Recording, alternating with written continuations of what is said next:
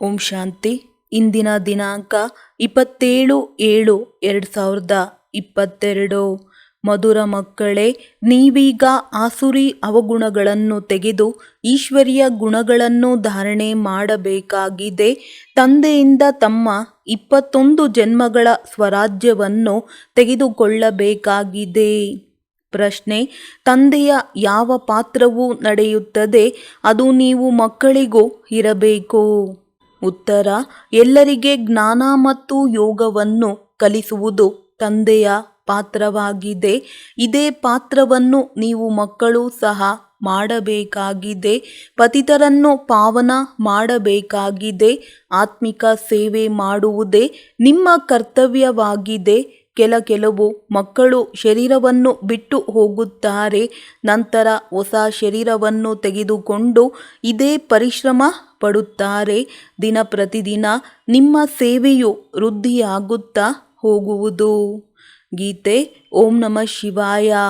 ಓಂ ಶಾಂತಿ. ಈ ಗೀತೆಯು ಇಲ್ಲಿ ಶೋಭಿಸುತ್ತದೆ, ಏಕೆಂದರೆ ಇದು ಶ್ರೇಷ್ಠಾತಿ ಶ್ರೇಷ್ಠ ಶಿವ ತಂದೆಯ ಮಹಿಮೆಯಾಗಿದೆ.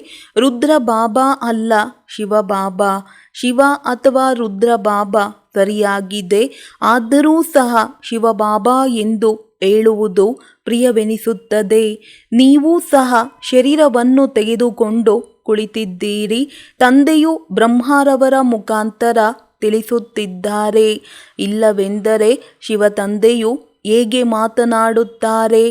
ಅವರು ಸತ್ಯವಾಗಿದ್ದಾರೆ, ಚೈತನ್ಯವಾಗಿದ್ದಾರೆ, ಜ್ಞಾನಸಾಗರನಾಗಿದ್ದಾರೆ.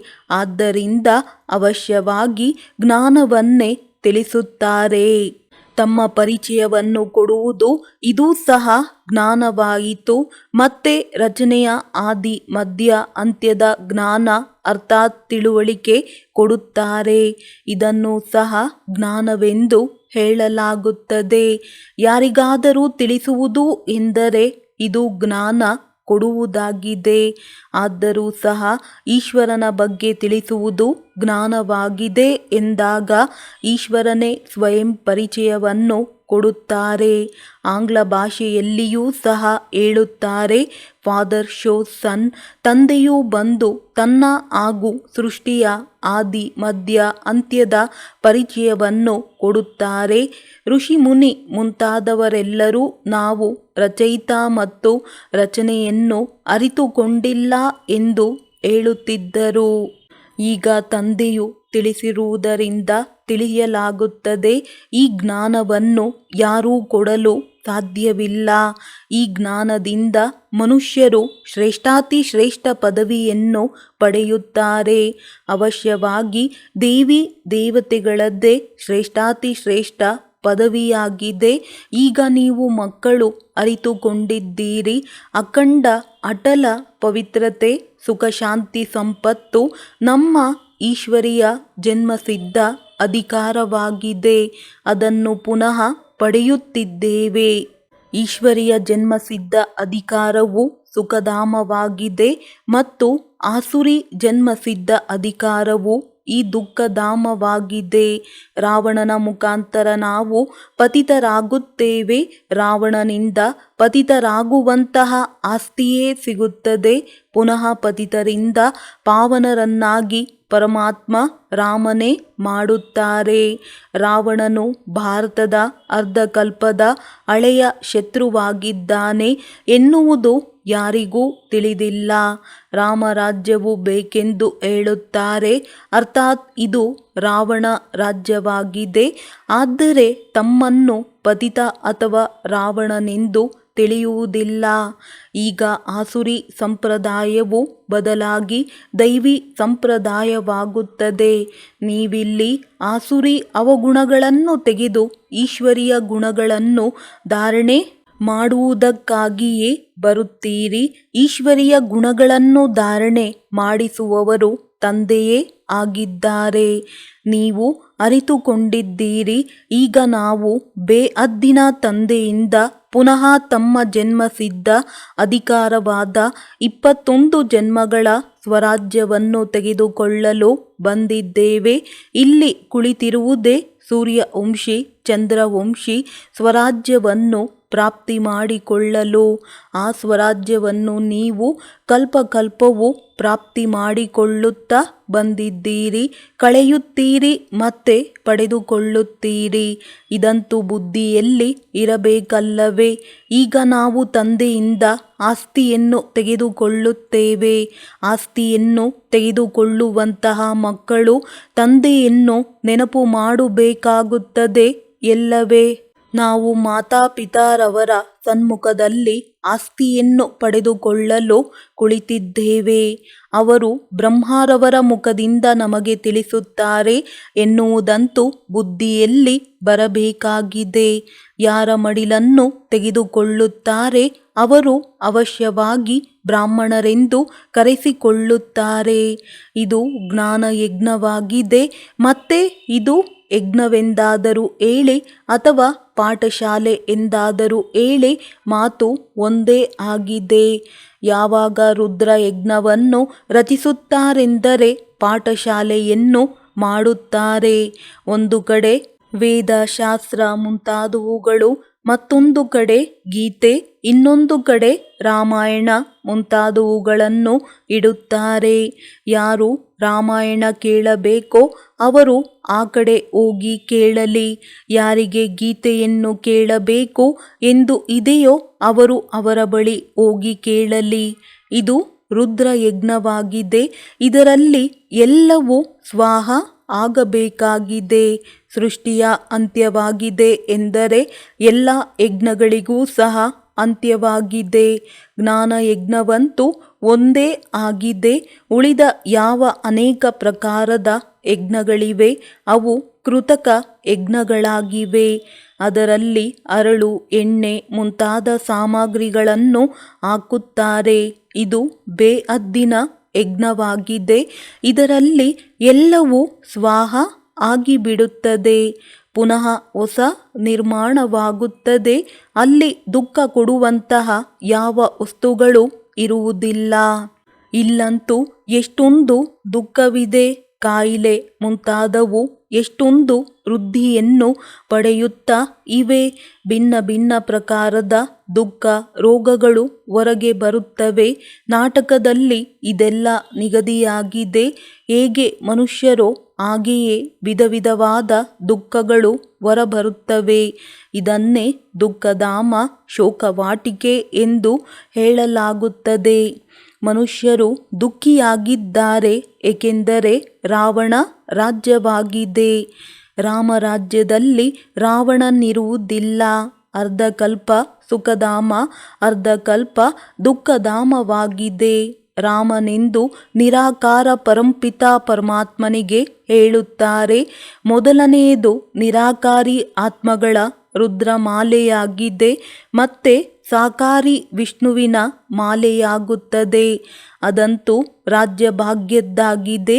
ನಂತರ ಅಲ್ಲಿ ನಂಬರ್ ವಾರ್ ರಾಜ್ಯ ಮಾಡುತ್ತಾರೆ. ಇದನ್ನು ನೀವು ಮಕ್ಕಳು ಚೆನ್ನಾಗಿ ತಿಳಿದುಕೊಳ್ಳಬೇಕು ಮತ್ತೆ ತಿಳಿಸಬೇಕಾಗಿದೆ. ಎಷ್ಟೆಷ್ಟು ಸಮಯವು ಕಳೆಯುತ್ತಾ ಹೋಗುತ್ತದೆ ಅಷ್ಟಷ್ಟು ಶಾರ್ಟ್ ಆಗುತ್ತಾ ಹೋಗುತ್ತದೆ. ಇಷ್ಟು ಸಾರ ರೂಪದಲ್ಲಿ ತಿಳಿಸುವುದಕ್ಕೋಸ್ಕರ ತಂದೆಯು ಯುಕ್ತಿಗಳನ್ನು ರಚಿಸುತ್ತಿದ್ದಾರೆ. ವಿನಾಶದ ಸಮಯದಲ್ಲಿ ಮನುಷ್ಯರಿಗೆ ವೈರಾಗ್ಯವು ಬರುತ್ತದೆ. ಮತ್ತೆ ಅವರು ಅವಶ್ಯವಾಗಿ ಇದು ಅದೇ ಮಹಾಭಾರಿ ಮಹಾಭಾರತದ ಯುದ್ಧವಾಗಿದೆ ಎನ್ನುವುದನ್ನು ತಿಳಿಯುತ್ತಾರೆ. ಅವಶ್ಯವಾಗಿ ನಿರಾಕಾರ ಭಗವಂತನೂ ಇರುತ್ತಾರೆ. ಕೃಷ್ಣನಂತೂ ಇರಲು ಸಾಧ್ಯವಿಲ್ಲ.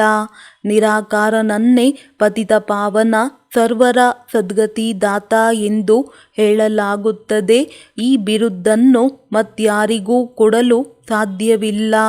ತಂದೆಯು ಇದನ್ನು ತಿಳಿಸಿದ್ದಾರೆ.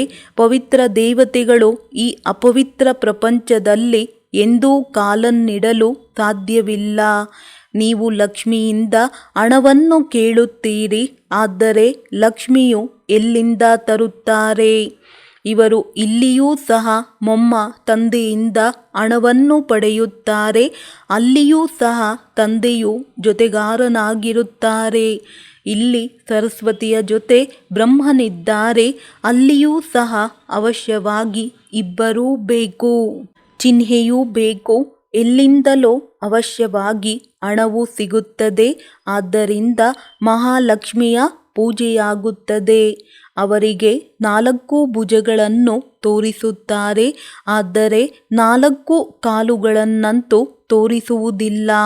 ರಾವಣನಿಗೆ 10 ಮುಖಗಳನ್ನು ತೋರಿಸುತ್ತಾರೆ, ಇಷ್ಟು ಕಾಲುಗಳನ್ನಂತೂ ತೋರಿಸಿಲ್ಲ ಎಂದಾಗ ಈ ರೀತಿಯ ಮನುಷ್ಯರು ಇರುವುದಿಲ್ಲ ಎಂದು ಇದರಿಂದ ಸಿದ್ಧವಾಗುತ್ತದೆ. ಇದು ತಿಳಿಸುವುದಕ್ಕೋಸ್ಕರ ಇದೆ. ಯಾವಾಗ ಯಾರ ಪತಿಯಾದರೂ ಶರೀರ ಬಿಟ್ಟಾಗ ಅವರ ಆತ್ಮವನ್ನು ಆಹ್ವಾನ ಮಾಡಲಾಗುತ್ತದೆ. ಆದರೆ ಬರುವುದು ಹೇಗೆ? ಬ್ರಾಹ್ಮಣರ ಶರೀರದಲ್ಲಿ ಕರೆಸಲಾಗುತ್ತದೆ.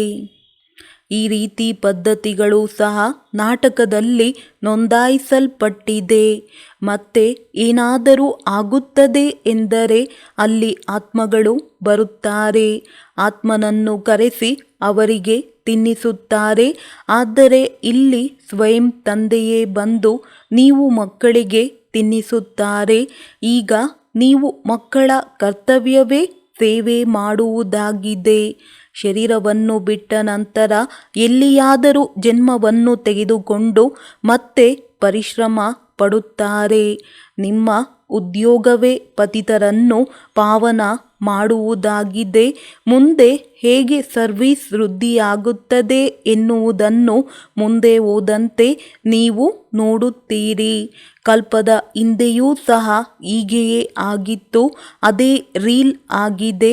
ಏನೆಲ್ಲ ಆಗುತ್ತದೆ ಅದು ಕಲ್ಪದ ಹಿಂದಿನ ತರಹವೇ ಆಗುತ್ತದೆ ಎಂದು ನೀವು ಮಕ್ಕಳಿಗೆ ತಿಳಿದಿದೆ. ತಂದೆಯೂ ಸಹ ಜ್ಞಾನ ಮತ್ತು ಯೋಗವನ್ನು ಕಲಿಸುವ ಅದೇ ಪಾತ್ರವನ್ನು ಮಾಡುತ್ತಾರೆ. ಅದು ಕಲ್ಪದ ಹಿಂದೆಯೂ ಸಹ ಮಾಡಿದ್ದರು. ಇದರಲ್ಲಿ ಸ್ವಲ್ಪವೂ ಸಹ ಅಂತರವಾಗುವುದಿಲ್ಲ. ಇದು ನಾಟಕವಾಗಿದೆಯಲ್ಲವೇ? ನಾವು ಆತ್ಮರು ಮನೆಯಿಂದ ಬರುತ್ತೇವೆ. ಮನುಷ್ಯರ ಶರೀರವನ್ನು ಧಾರಣೆ ಮಾಡಿ ಪಾತ್ರವನ್ನಭಿನಯಿಸುತ್ತೇವೆ. 84 ಜನ್ಮಗಳನ್ನು ಮತ್ತು ನಾಟಕದ ಚಕ್ರವನ್ನು ಪೂರ್ತಿಯಾಗಿ ತಿಳಿಸಬೇಕಾಗಿದೆ.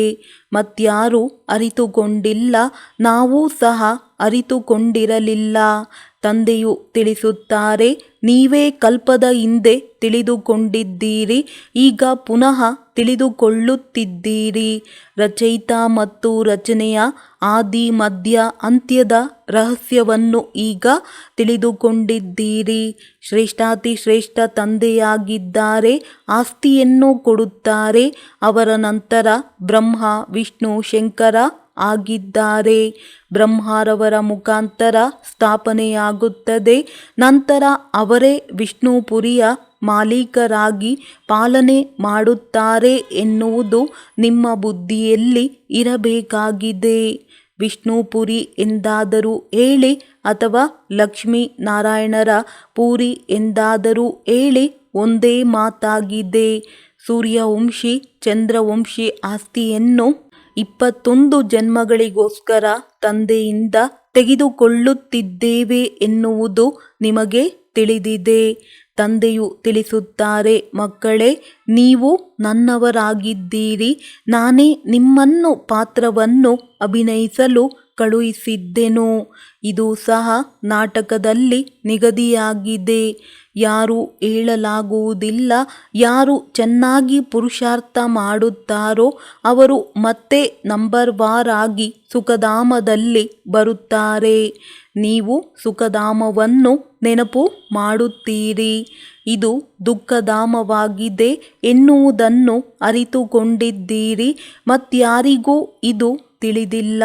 ಇದು ದುಃಖಧಾಮವಾಗಿದೆ ಎನ್ನುವುದು ನೀವು ಮಕ್ಕಳ ಬುದ್ಧಿಯಲ್ಲಿ ಬರುತ್ತದೆ. ನೀವು ಸುಖಧಾಮವನ್ನು ಸ್ಥಾಪನೆ ಮಾಡುವಂತಹ ತಂದೆಯಿಂದ ಆಸ್ತಿಯನ್ನು ಪಡೆಯುತ್ತಿದ್ದೀರಿ. ನಾವು ಜೀವಿಸಿದಂತೆಯೇ ತಂದೆಯ ಮಕ್ಕಳಾಗುತ್ತೇವೆ. ರಾಜನ ಮಡಿಲನ್ನು ತೆಗೆದುಕೊಂಡಾಗ ನಾವು ರಾಜನ ಮಕ್ಕಳಾಗಿದ್ದೇವೆ ಎಂದು ತಿಳಿಯುತ್ತಾರಲ್ಲವೇ? ಮೊದಲು ಲೌಕಿಕ, ನಂತರವೂ ಸಹ ಲೌಕಿಕ ಸಂಬಂಧವೇ ಇರುತ್ತದೆ. ಇಲ್ಲಿ ಅಲೌಕಿಕ ಮತ್ತೆ ಪಾರಲೌಕಿಕ ಆಗಿಬಿಡುತ್ತದೆ. ಈಗ ನಾವು ಆತ್ಮರಾಮನ ಮಕ್ಕಳಾಗಿದ್ದೇವೆ. ಉಳಿದಂತೆ ಎಲ್ಲರೂ ರಾವಣನ ಕುಲದವರಾಗಿದ್ದಾರೆ. ಅವರು ಒಂದು ಕಡೆ ಇದ್ದರೆ ಇನ್ನೊಂದು ಕಡೆ ನಾವು ಇದ್ದೇವೆ ಎನ್ನುವುದು ನೀವು ಮಕ್ಕಳಿಗೆ ತಿಳಿದಿದೆ. ಅವಶ್ಯವಾಗಿ ನಾನು 84 ಜನ್ಮಗಳನ್ನು ಪೂರ್ಣ ಮಾಡಿದ್ದೇನೆ ಎಂದು ಆತ್ಮವು ತಿಳಿಯುತ್ತದೆ. ನಾನು ಆತ್ಮ ಹಳೆಯ ಶರೀರವನ್ನು ಬಿಟ್ಟು ಇನ್ನೊಂದು ಹೊಸ ಶರೀರವನ್ನು ತೆಗೆದುಕೊಳ್ಳುತ್ತೇನೆ. ಜ್ಞಾನಸಾಗರ ಪತಿತ ಪಾವನ ಸದ್ಗತಿ ದಾತ ತಂದೆಯ ಮುಖಾಂತರ ಪುರುಷಾರ್ಥ ಮಾಡುತ್ತಿದ್ದೇವೆ. ತಂದೆಯು ಈ ಬ್ರಹ್ಮರವರ ಮುಖಾಂತರ ಓದಿಸುತ್ತಾರೆ. ಆತ್ಮನೇ ಓದುತ್ತದೆ. ಆತ್ಮದಲ್ಲಿಯೇ ಬ್ಯಾರಿಸ್ಟರ್ ಮುಂತಾದ ಸಂಸ್ಕಾರವಿರುತ್ತದೆ. ಎಲ್ಲವೇ ಆತ್ಮವೇ ಕರ್ಮೇಂದ್ರಿಯಗಳ ಮುಖಾಂತರ ಮಾತನಾಡುತ್ತದೆ. ನಿಮಗೆ ಆತ್ಮಾಭಿಮಾನಿ ಆಗುವುದರಲ್ಲಿ ಪರಿಶ್ರಮವೆನಿಸುತ್ತದೆ. ಅಮೃತ ವೇಳೆಯ ಸಮಯವು ಪ್ರಸಿದ್ಧವಾಗಿದೆ ಎಂದು ತಂದೆಯು ಸಲಹೆ ಕೊಡುತ್ತಾರೆ. ಅದೇ ಸಮಯದಲ್ಲಿ ತಮ್ಮನ್ನು ಆತ್ಮನೆಂದು ತಿಳಿದು ತಂದೆಯನ್ನು ನೆನಪು ಮಾಡುತ್ತಾ ಇರಿ. ಆಗ ಆತ್ಮನಲ್ಲಿ ಯಾವ ತುಕ್ಕು ಹಿಡಿದಿದೆ ಅದು ಶುದ್ಧವಾಗುತ್ತದೆ. ಆತ್ಮನಲ್ಲಿ ತುಕ್ಕು ಹಿಡಿಯುತ್ತದೆ. ಶುದ್ಧ ಚಿನ್ನದಿಂದ ಶುದ್ಧ ಆಭರಣಗಳಾಗುತ್ತವೆ. ಈಗ ಆತ್ಮನಲ್ಲಿ ತುಕ್ಕು ಹಿಡಿದಿರುವ ಕಾರಣ ಶರೀರವೂ ಸಹ ಅಂತಹದ್ದೇ ಸಿಗುತ್ತದೆ. ಆದ್ದರಿಂದ ನಿಮ್ಮನ್ನು ಕಾರ್ಬ್ನಲ್ಲಿ ಇಡಲಾಗುತ್ತದೆ. ಆದರೆ ಇದರಲ್ಲಿ ಇದೆಲ್ಲವೂ ಬುದ್ಧಿಯ ಕೆಲಸವಾಗಿದೆ. ತಂದೆಯ ನೆನಪಿನಲ್ಲಿ ಕುಳಿತಾಗ ಮತ್ತೆ ಯಾವುದೇ ಮಾತಿನ ಕಷ್ಟವಿಲ್ಲ. ಹೇಗೆ ಮಗು ತಂದೆಯನ್ನು ನೆನಪು ಮಾಡುತ್ತದೆಯೋ ಅದೇ ರೀತಿ ಇವರು ಬೇಹದ್ದಿನ ತಂದೆಯಾಗಿದ್ದಾರೆ. ಆ ಆತ್ಮ ಶರೀರವನ್ನು ನೆನಪು ಮಾಡುತ್ತದೆ. ಈಗ ಆತ್ಮರು ತಮ್ಮ ತಂದೆಯನ್ನು ನೆನಪು ಮಾಡುತ್ತೀರಿ. ತಂದೆ ಹೇಳುತ್ತಾರೆ, ನಾನು ಬೇಹದ್ದಿನ ತಂದೆಯಾಗಿದ್ದೇನೆ. ಬೇಹದ್ದಿನ ಸುಖವನ್ನು ಕೊಡುತ್ತೇನೆ. ಕಲ್ಪದ ಹಿಂದೆಯೂ ಕೊಟ್ಟಿದ್ದೇನೆ. ಭಾರತವೇ ವಿಶ್ವದ ಮಾಲೀಕನಾಗಿತ್ತು. ಯಾವುದೇ ಶತ್ರು ಮುಂತಾದವರು ಇರಲಿಲ್ಲ. ಈಗ ನೀವು ಸುಖಧಾಮದ ಮಾಲೀಕರಾಗುತ್ತಿದ್ದೀರಿ. ಎಷ್ಟೊಂದು ಬುದ್ಧಿಹೀನರಾಗಿದ್ದೀರಿ.